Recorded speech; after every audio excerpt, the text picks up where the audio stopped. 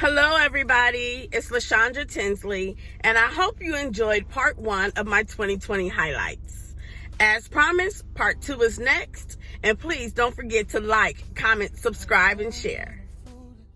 Town east of New York City, 17,000 homes in one place. What bank would be crazy enough to lend a developer the money to build 17,000 homes or 15,000 homes in one place for which he had no buyers? We were in a suburban country at that time. People thought the whole idea was lunacy. Who's going to want to live in a single-family home when they can live in a city instead? Any of these developers, the only way they could get the capital to build these giant subdivisions was by going to the Federal Housing Administration, submitting their plans for the development, for approval of the construction materials they were going to use, the architectural design, the layout of the streets in the subdivision, and an explicit commitment not to sell a home to an African American, required by the Federal Housing Administration. The Federal Housing Administration even required, as a condition of these guarantees, developers like Levitt to place a clause in the deed of every home prohibiting resale to African Americans or rental to African Americans. These deeds still exist in these homes today. They're no longer enforced, no longer enforceable, but they're still there. What was the consequence of this? Well, those homes in those days, in all of these suburbs, they sold for $10,000 or less, $8,000, $9,000 a piece. In today's money, that's less than $100,000, probably $90,000. African Americans who were prohibited, not that they didn't want to, not because they didn't like living among whites, they were prohibited from moving into these suburbs, and they could easily afford to do so. Any working class family can afford to buy a home for $90,000, roughly twice national median income. Those homes and developments like that now sell for $300,000, $400,000, $500,000 and more. The white families over the next couple of generations gained, you can do the arithmetic, $200,000, $300,000, $400,000, $500,000 in equity. They used that equity to send their children to college, to take care of medical emergencies, to take care of economic downturns, most importantly, to bequeath it to their children, who then had down payments for their own homes. African Americans who accumulated none of that wealth as a result of this federal subsidy had none of those abilities.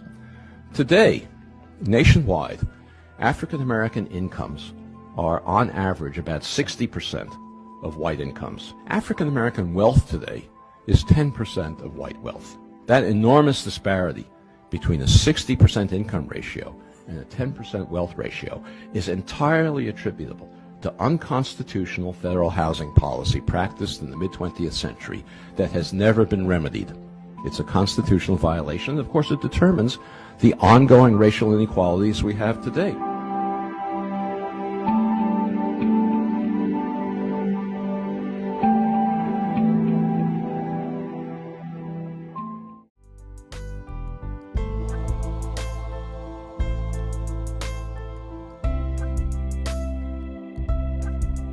You won't find me in church, reading the Bible. I am still here and I'm still your disciple. You enslaved us, you degraded us, raped our women and our men, stole our history, stole our religion, and now you're trying to steal our lives. But you want us to believe they matter.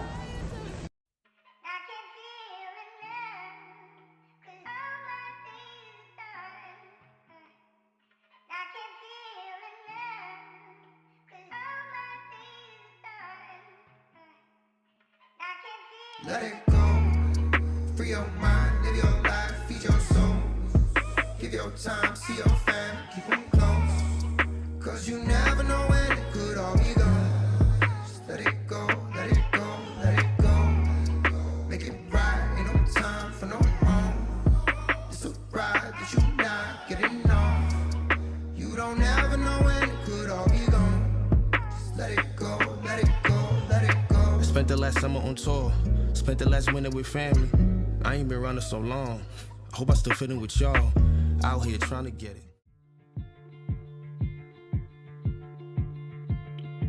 The abuse takes on many forms: physical, emotional, sexual, and economic. And we are so glad to have her leadership. Please welcome Sue Valillo. Thank you, Angela. And thank you to help us understand the heartbreaking damage that domestic violence causes victims and their children. One brave survivor tells her story. My relationship with my abuser was very volatile. It was sexually abusive. I actually experienced, I think, all the abuses a person in a domestic violence relationship could experience: emotional, financial, sexual, physical. I tried to get away so many times, and I would, but he would somehow find me. He would sometimes steal my money so I wouldn't be able to pay rent. He stole my car from my job twice. He stole my car from my home twice. He did all kind of stuff. Took me to the woods, beat me. The first time I entered the shelter, I got the resources that I needed, but my abuser found me again. I moved out of town, my abuser found me again. Moved back, my abuser found me again. So I was scared because when he used to find me, I'm like, oh my gosh, if I don't comply, he's threatening to kill both of us. So I lost so much. I lost so much. So I developed anxiety. I developed PTSD. I was tired of going back, accepting him back, thinking he would change, thinking he loved me. That's why he's back.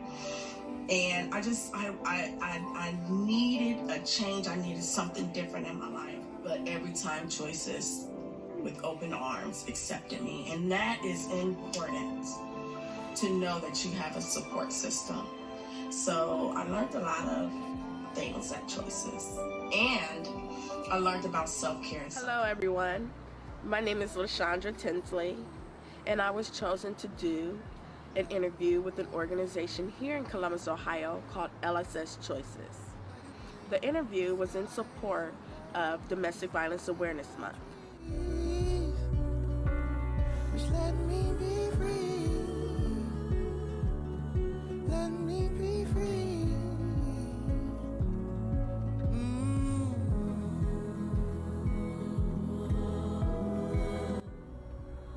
Hey everybody, I am LaShondra Tinsley, and I got a chance to get out this weekend and support some of our candidates and the Democratic Party with early voting.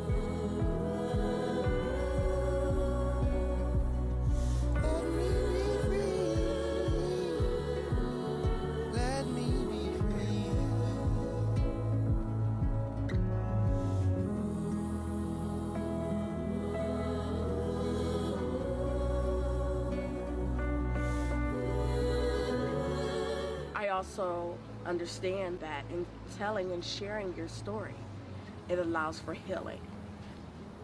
I did the interview to inspire and to encourage other women who have been in a domestic violence relationship, to let you know that there is life after domestic violence. You can have a wonderful, you can have a beautiful life after experiencing the trauma that comes along with being in a domestic violence relationship.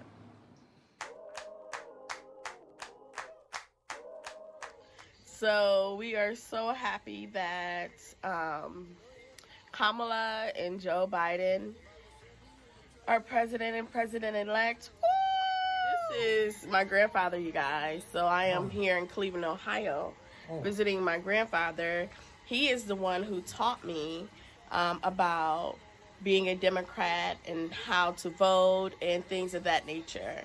And he was here. Weren't you in the Army? In the Army. U.S. Army. In which Army, Grandpa? Japan and Korea. I was in Japan and Korea. U.S. Army. Japan and Korean Army. And so, but what do you know about voting? They didn't want black people to vote back in my days. They didn't want black people to vote? Why? They held you down because they didn't want no black men to have no power. Wish I could hear you right now. Somebody come and tell this lady cool down. Wake up and get yourself to church,